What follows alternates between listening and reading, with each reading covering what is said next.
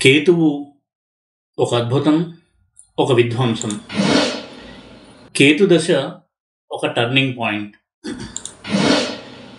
కేతువు ఇచ్చేటువంటి ఫలితాలు 12 రాసుల్లో ఎలా ఉంటాయి, కేతువుకి పరిహారాలేంటి, ఇలాంటి విషయాలు తెలుసుకుందాము.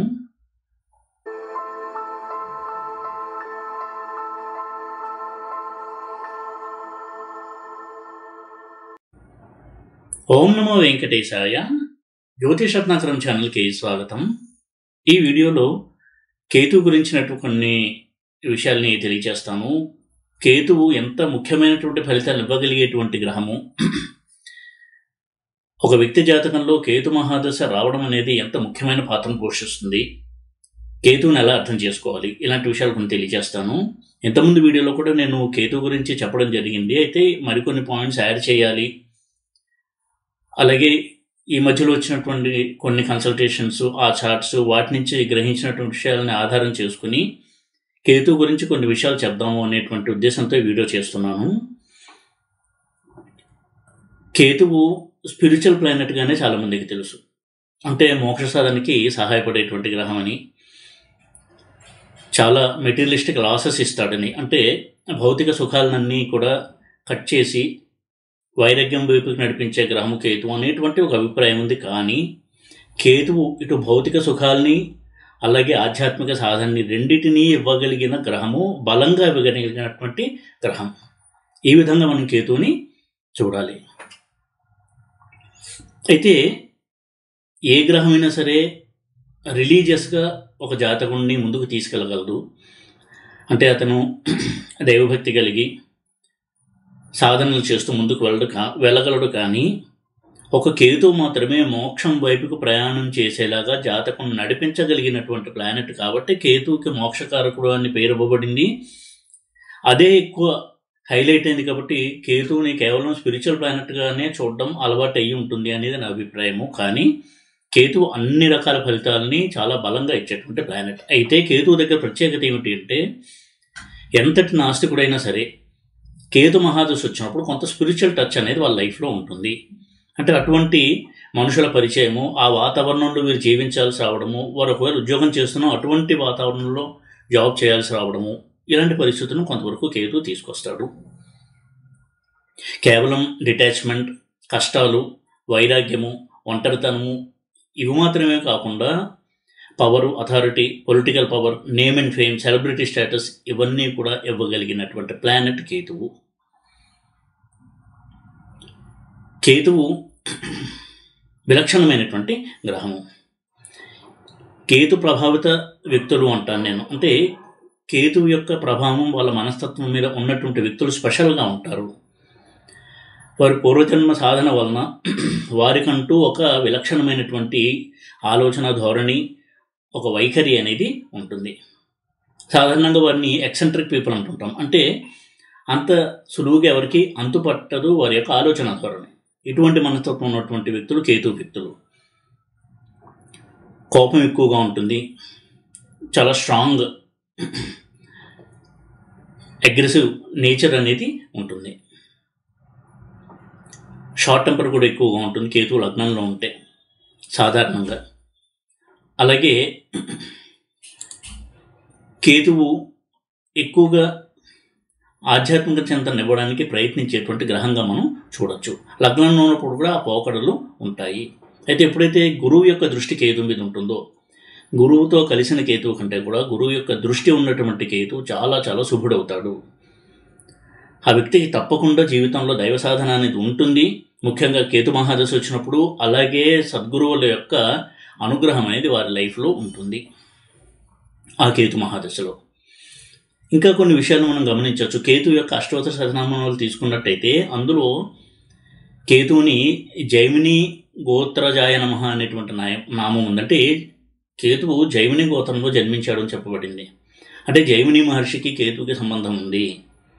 అందుకేనేమో బహుశా, అంటే ఇది నేను అనుకుంటున్నాను, సరదాగా కూడా తీసుకోవచ్చు, జైమిని అస్ట్రాలజీలో పట్టు రావాలన్నా, జైమిని సూత్రాల గురించి తెలుసుకోవాలన్నా కేతువు యొక్క అనుగ్రహము, జైమిని మహర్షి యొక్క అనుగ్రహము ఉండాలి.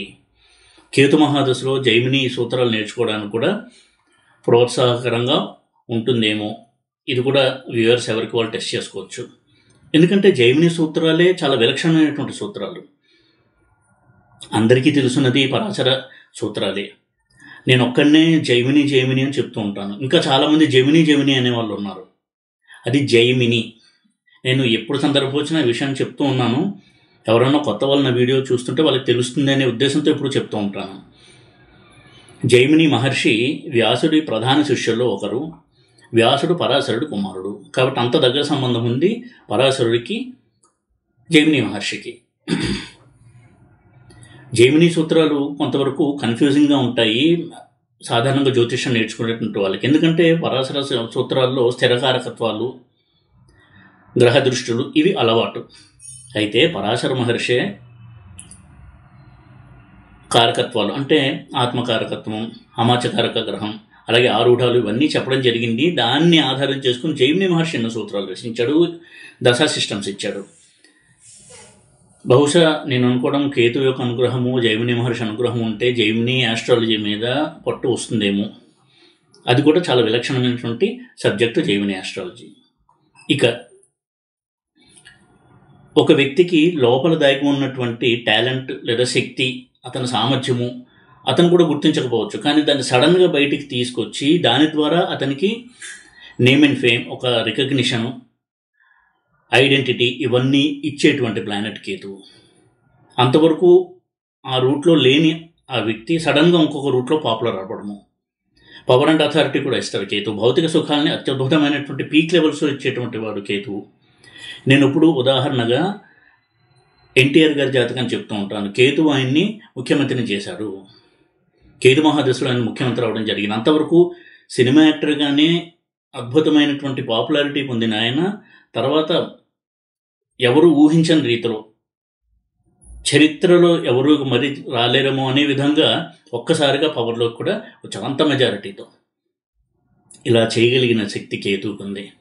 కేవలం కేతువుని ఆధ్యాత్మిక సాధన మాత్రమే ఇచ్చేటువంటి గ్రహంగా చూడడం అనేది అసంపూర్ణమైనటువంటి ఒక అవగాహన. ఇక కేతు పాజిటివ్గా ఉన్నా నెగిటివ్గా ఉన్నా ఎలాంటి రిజల్ట్స్ ఇస్తాడు, అలాగే కేతువుకి ఏ పరిహారాలు చేసుకోవాలి ఇవి తెలుసుకోవడం మంచిది. కేతువు ప్రధానంగా మెటీరియలిస్టిక్ సక్సెస్ ఇచ్చిన, స్పిరిచువల్ సక్సెస్ ఇచ్చిన ఆధ్యాత్మిక గ్రహం, దైవభక్తిని ఇష్టపడేటువంటి గ్రహం. కాబట్టి కేతువుకి పరిహారాలు ఏమిటి అని చూసినట్టయితే అందరూ చేసుకోదగిన పరిహారాలు, కేతు మహాదశ నడుస్తున్నట్టయితే ఉదాహరణకి అప్పుడు ఎక్కువగా దైవ సందర్శనం చేయడము, క్షేత్ర దర్శనం చేస్తూ ఉండడము, కుక్కలకు ఆహారం ఇస్తూ ఉండడము, అలాగే గురువుల్ని సేవించడము, శాస్త్రాధ్యయనం చేయడము, చాలా దూర ప్రాంతాలకు వెళ్ళి క్షేత్ర దర్శనం చేయడము, ఇవన్నీ కూడా కేతువుకి రెమెడీస్గా పనిచేస్తాయి.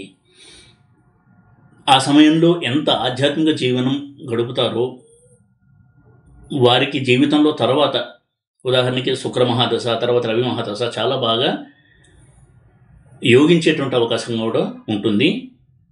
శుక్రుడు రవి కేతువుతో సంబంధం కనుక కలిగి ఉన్నట్టయితే.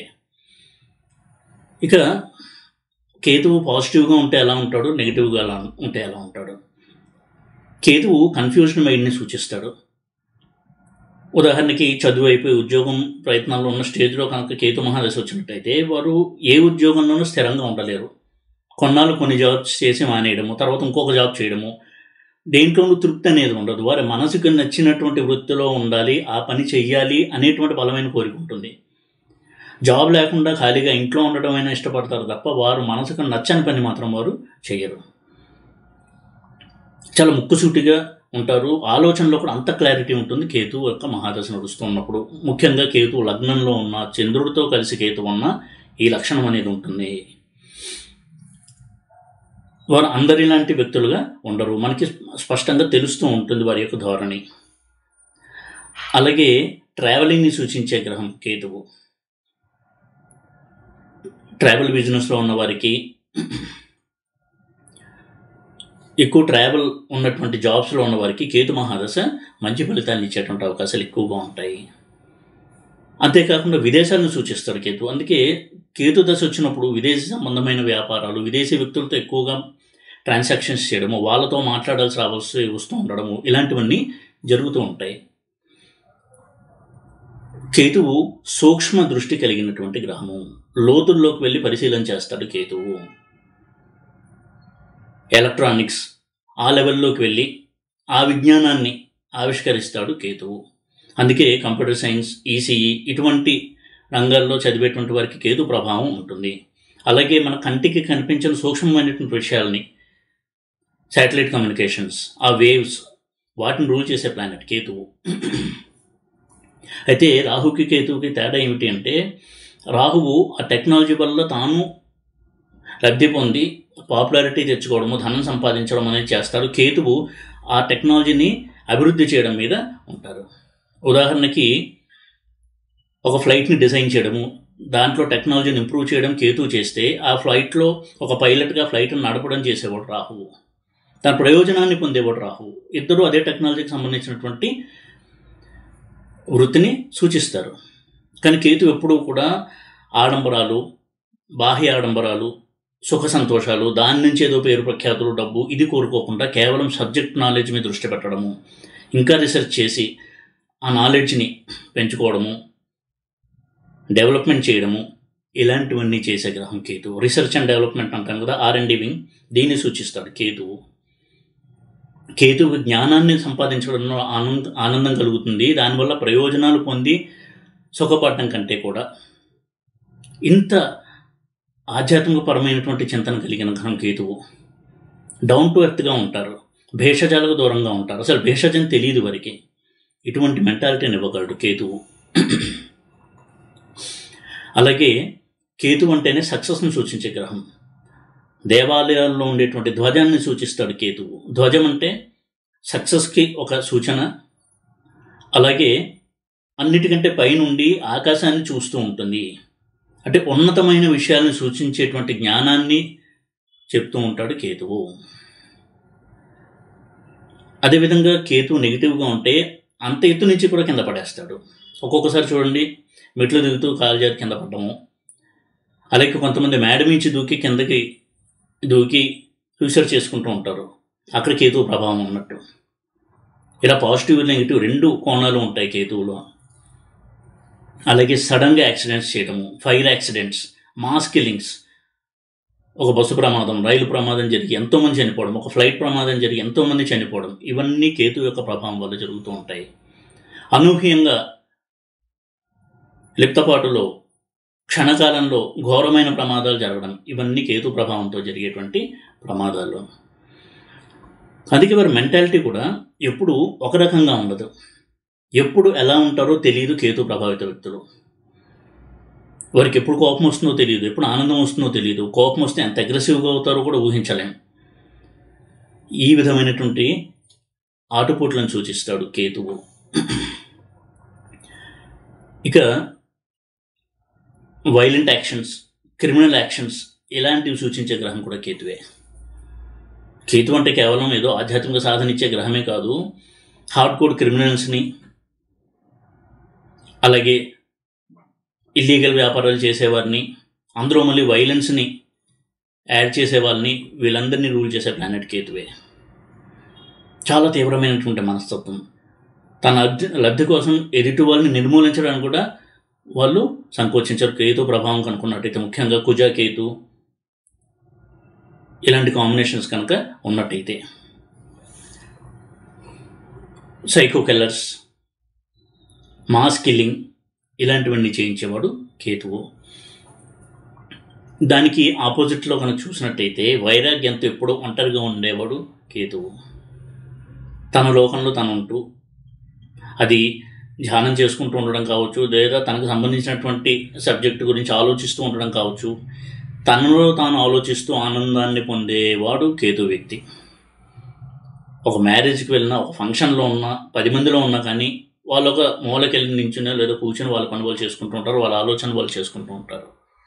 ఇటువంటి వ్యక్తి కేతువు. అందుకే సాధారణంగా కేతువు ప్రభావిత వ్యక్తులు ఉన్నట్టయితే వారి తల్లిదండ్రులు చాలా ఆందోళన చెందుతూ ఉంటారు. మా అబ్బాయి చాలా తెలివైన వాడండి, అకాడమిక్స్లో చాలా మంచి స్కోర్స్ వచ్చాయి, కానీ ఏ ఉద్యోగం చేయట్లేదు, ఏ ఉద్యోగం నచ్చదంటాడు, తాను ఏదో చేస్తానంటాడు. ఇటువంటి టెన్షన్స్ ఎక్కువగా ఉంటాయి. ఎందుకంటే కేతు యొక్క లక్షణాలని గమనించాలంటే ఆయన అష్టోత్తర సహస్రనామం చూస్తే అందులో కేతు యొక్క మొత్తం పిక్చర్ అంతా మనకి కనపడుతుంది. అందులో ఒక నామము తీవ్రకోపాయ నమః, అంటే చాలా సడన్గా ఎక్కువగా కోపం తెచ్చుకునేటువంటి గ్రహం కేతువు. అలాగే ఓ మంచగ్రహాయ నమః, చివరి గ్రహము అని అర్థము. అంతేకాదు, అంత్య అంటే ఒక సబ్జెక్ట్ని బాగా అధ్యయనం చేస్తే చివరిలో మనకి తెలిసేటువంటి సమ్మరీ, ఎసెన్స్, దాని సారము, అది కేతువు. అటువంటి సారాన్ని గురించి అన్వేషిస్తూ ఉంటారు కేతు ప్రభావిత వ్యక్తులు. జీవితంలో మన పర్పస్ ఏంటి, జీవితానికి లక్ష్యం ఏంటి, ఇటువంటి చాలా గంభీరమైన విషయాలను కూడా వాళ్ళు అన్వేషణ చేస్తూ ఉంటారు. అలాగే అంత్య అంటే లోపలున్నది, అంతః అంటే లోపల అని కూడా ఒక అర్థం ఉంది. అంతఃపురము అంటాం కదా, అంటే ఒక సబ్జెక్టులోకి వెళ్ళి అందులోపల ఉండేటువంటి రహస్యాలు ఏంటి, అలాంటి వాటిని వెలికి తీసేవాడు కేతువు. కేతువుకి ఎప్పుడూ కూడా సత్యం మీద ఎక్కువగా ప్రీతి ఉంటుంది. అది మెటీరియలిస్టిక్ అవ్వచ్చు, స్పిరిచువల్ అవ్వచ్చు. ఇంజనీరింగ్ చేసినటువంటి ఒక గ్రాడ్యుయేట్ కూడా ఆ సబ్జెక్ట్లో ఇంకా రీసెర్చ్ చేయాలి, దాంట్లో ఉన్న రహస్యాలను కనుక్కోవాలి అని తాపత్రయపడుతూ ఉంటారు. వారికి డబ్బు సంపాదించాలి తను చదువుకున్నటువంటి డిగ్రీ నుంచి అనేటువంటి ఒక ఉత్సాహం కంటే కూడా, అటువంటి ఇష్టం కంటే కూడా ఆ సబ్జెక్ట్లో ఉన్నటువంటి లోతుల్ని పరిశీలించాలి, అధ్యయనం చేయాలి, రీసెర్చ్ చేయాలి, ఇంకా కొత్త విషయాలు కనుక్కోవాలి అనేటువంటి తాపత్రయం కనబడుతుంది. ఈ విధంగా కేతువు మంచి చెడు రెండు మేలు కలయికగా ఇచ్చేటువంటి గ్రహము. కేవలం స్పిరిచువల్ ప్లానెట్గానే ముద్ర వేసి కేతువుకు అటువంటి ఇమేజ్ని ఇవ్వడం కూడా పొరపాటే. అందుకే ఎవరికైనా కేతు మహాదశ నడుస్తోందంటే చెక్ చేసుకోవాలి. అలాగే కేతు ఏ ఇంట్లో ఉన్నాడు, ఏ ఆరూఢంలో ఉన్నాడు, ఏ గ్రహంతో కలిసి ఉన్నాడు అనే దాన్ని బట్టి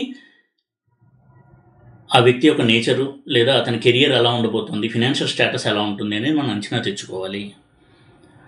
కొన్ని గ్రహాలతో కేతువు కొంత విపత్కరమైనటువంటి ఫలితాలని ఇస్తాడు. ఉదాహరణకి చంద్రకేతువుల కలయిక, తీవ్ర మనస్తత్వం. ఇందాక చెప్పినటువంటి కేతు ప్రభావిత వ్యక్తులు వీళ్ళు.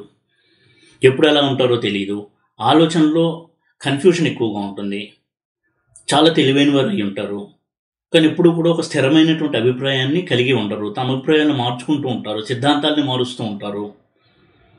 ఇక చంద్రకేతువులు కలిసి ఏ ఇంట్లో ఉన్నారు అనే దాన్ని బట్టి ఆ ఇంటి మీద తీవ్రమైన ప్రభావం ఉంటుంది. లగ్నంలో చంద్రకేతువులు ఉన్నారు అంటే మైండ్ ఎప్పుడు చంచలంగా ఉంటుంది, ఎన్నో విషయాలు చదవాలి, ఎన్నో విషయాలు తెలుసుకోవాలని తాపత్రయం ఉంటుంది. వారు ఏదో ఒక డిగ్రీ చదివినా ఆ సబ్జెక్ట్కి సంబంధం లేని ఎన్నో సబ్జెక్ట్స్ని పరిశోధన చేస్తూ పరిశీలించాలి అనేటువంటి తాపత్రయంతో అటువంటి ఎక్కువ అధ్యయనం చేస్తూ ఉంటారు. మనసు నిలకడగా ఉండదు, చంచలంగా ఉంటుంది, కన్ఫ్యూజ్ స్టేట్లో ఉంటారు, ఆర్గ్యుమెంట్స్ ఎక్కువ చేస్తూ ఉంటారు.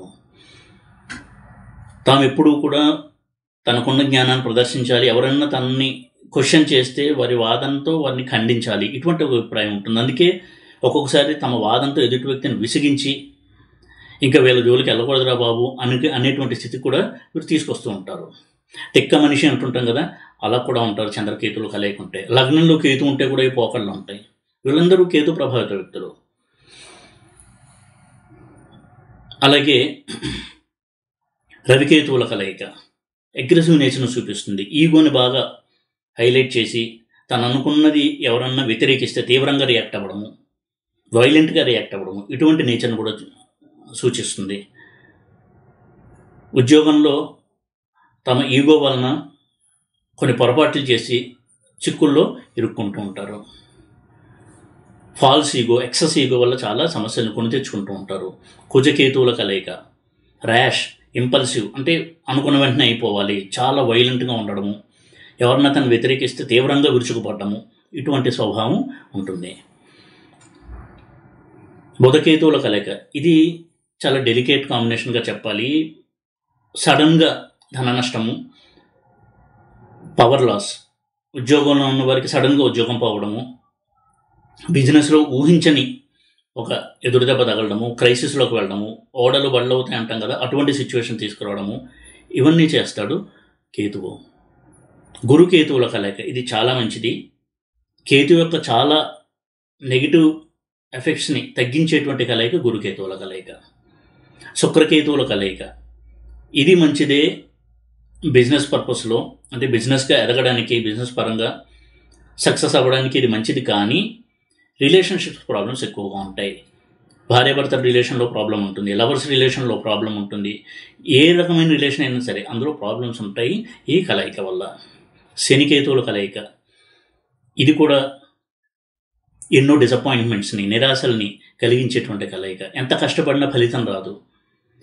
వారికి నిజంగానే అటువంటి శక్తి సామర్థ్యాలు ఉండి, ఉదాహరణకి జాబ్లో కష్టపడి పనిచేస్తున్నా తగినంత గుర్తింపు రాదు.